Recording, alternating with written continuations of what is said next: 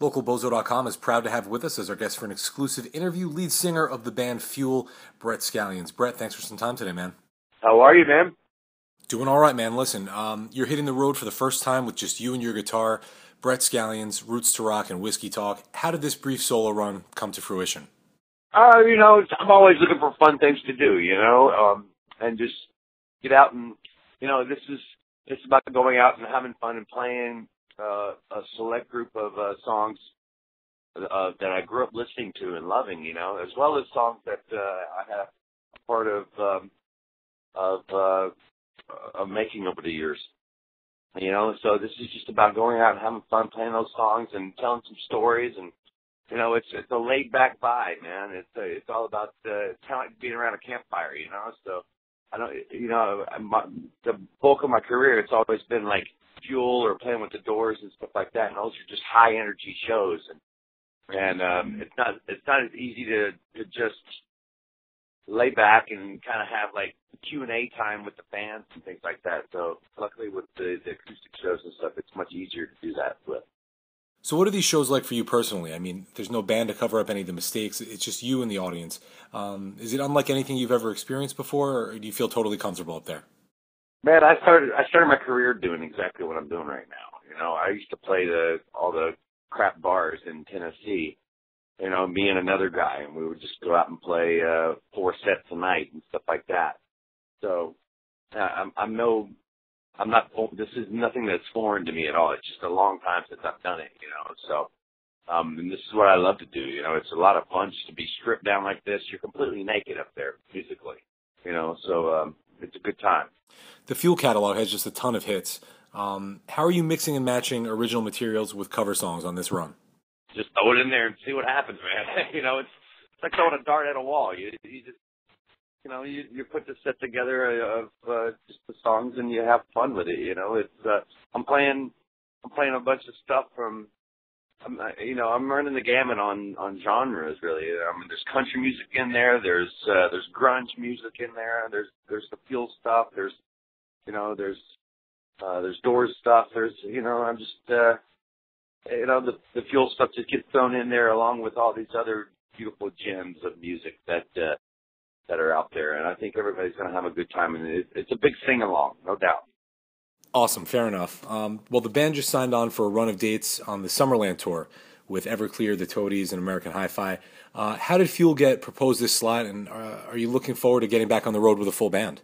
Yeah, it's going to be a fun summer. Everclear, those guys are great guys, and as well as the Toadies and American Hi-Fi. So I think it's going to be a fun package, and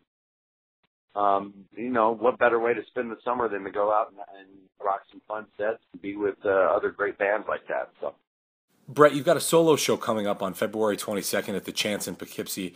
Over the years, the band has played some legendary shows in the New York and New Jersey area. I can remember back as far as 2001, your sold-out show here at the Hammerstein Ballroom.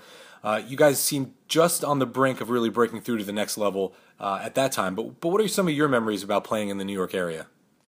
Oh, my God, I played them all, between Hammerstein and Roseland and Jones Beach, and,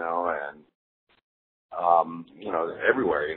One time I remember, I remember playing with Jones Beach with Aerosmith, and that was, I think that may have been one of the first times that I'd really played there. So it was like a really cool moment to be out there with those guys.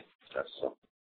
Now, it's no secret that you were forced into surgery. I think it was a deviated septum a fairly long time ago. But, Brett, how are you feeling today? And do you finally feel like your voice has come all the way back?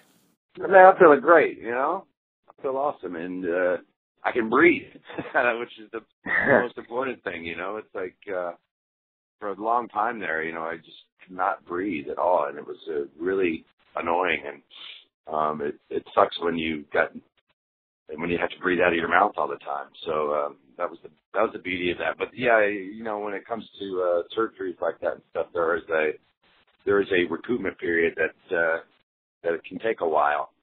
So, but I'm feeling good, man. I'm ready to rock. Awesome. Well, Fuel's most recent album, Puppet Strings, was released just about a year ago in 2014. Has the band talked about or begun writing a follow-up record or EP yet? My friend Kemble Walters, who's out playing with me right now, doing the acoustic shows, he and I were just in a writing session last night here in the hotel. So, I have a blast writing with as many people as I possibly can. And, I'm not going to say that there won't be another Fuel record, but at the same time, I haven't written or recorded any new Fuel material or any material that I'm looking at to be used as a Fuel song or anything. So, having seen Fuel reach some truly exceptional heights over the years, what's been the biggest challenge for you as a frontman as the music industry has changed so drastically over the last decade? The industry is so unpredictable, and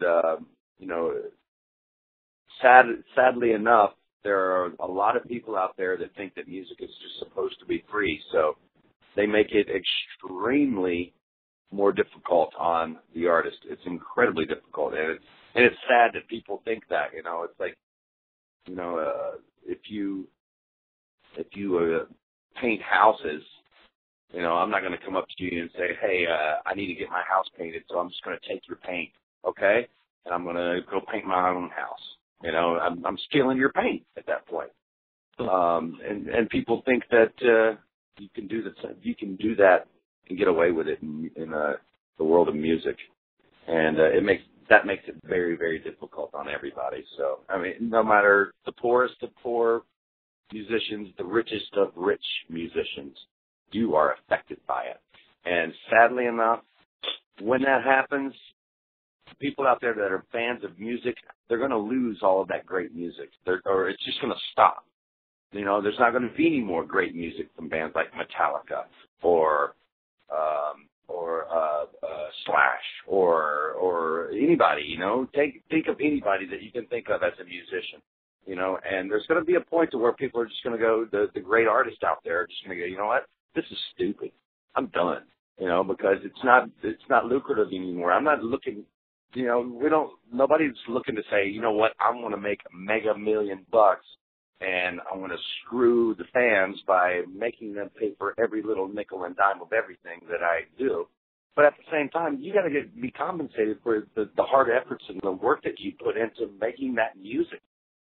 And I think that people need to stop it. This new generation, that's the one. It's not that they're as much thieves as they are just blind to it. They don't understand that, they've just been taught, hey, music is free. So we got to break that mentality now and let people understand, hey, you got to pay for this stuff. You got to, there's thousands and thousands of dollars that have been invested in making this for you. So you got to support it by actually buying it. Yeah, I guess in some ways you're fortunate that you guys exploded onto the scene when you did, but you're absolutely right. People expect things for free despite the effort that goes into it. So yeah, and people wonder why the hell concert tickets are so expensive and T-shirts are so expensive and things like that, because they're trying to find ways to make that money back. Yeah. It's like, holy crap! Well, I just got 1 million downloads and I didn't make zero on it. Well, how am I going to make that money back? Well, bump up the ticket price an extra $10. And that $3 T-shirt you got, let's put a $30 tag on it instead of a $20 tag. Yeah. So that's how that's how when the fans start to feel like they're getting cheated, man. Brett, final thing, you care to comment on where your relationship is with the members of the original band at this time? Honestly, I haven't talked to them in a while, so yeah, I don't know what they're doing, how they're doing.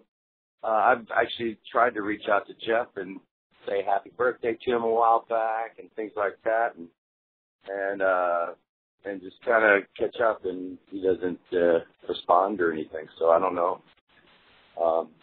Every once in a while I have to talk to Carl on business, but yeah, it doesn't go very well sometimes. So. Well, listen, man, just want to tell you personally, I've been a fan of your music for probably about 20 years. I can't tell you how many cities I used to trek out to in college if Fuel was on the bill. It's really been a pleasure to get you on the phone today. I wish you guys all the best of luck. So just want to leave you with that. High school me would be pinching me right now if you knew we were on the phone together. So just want to thank you so much for your time today. Hey, man, I appreciate your time. Thanks so much. It's been a pleasure. I can't wait to get up to Poughkeepsie and everything, the Chance is a great place to play. Brett, anything else you'd like to leave for the readers of localbozo.com? Man, I'm all good. You covered the bases. Fans, catch Brett Scallions of Fuel, solo with his guitar. It's Brett Scallions, Roots to Rock, and Whiskey Talk on February 22nd in Poughkeepsie at the Chance. Tickets are available now. Of course, we've been chatting with Brett Scallions of Fuel. Brett, can't thank you enough for your time today, man. All the best of luck on the road in 2015. All right. Thanks, man.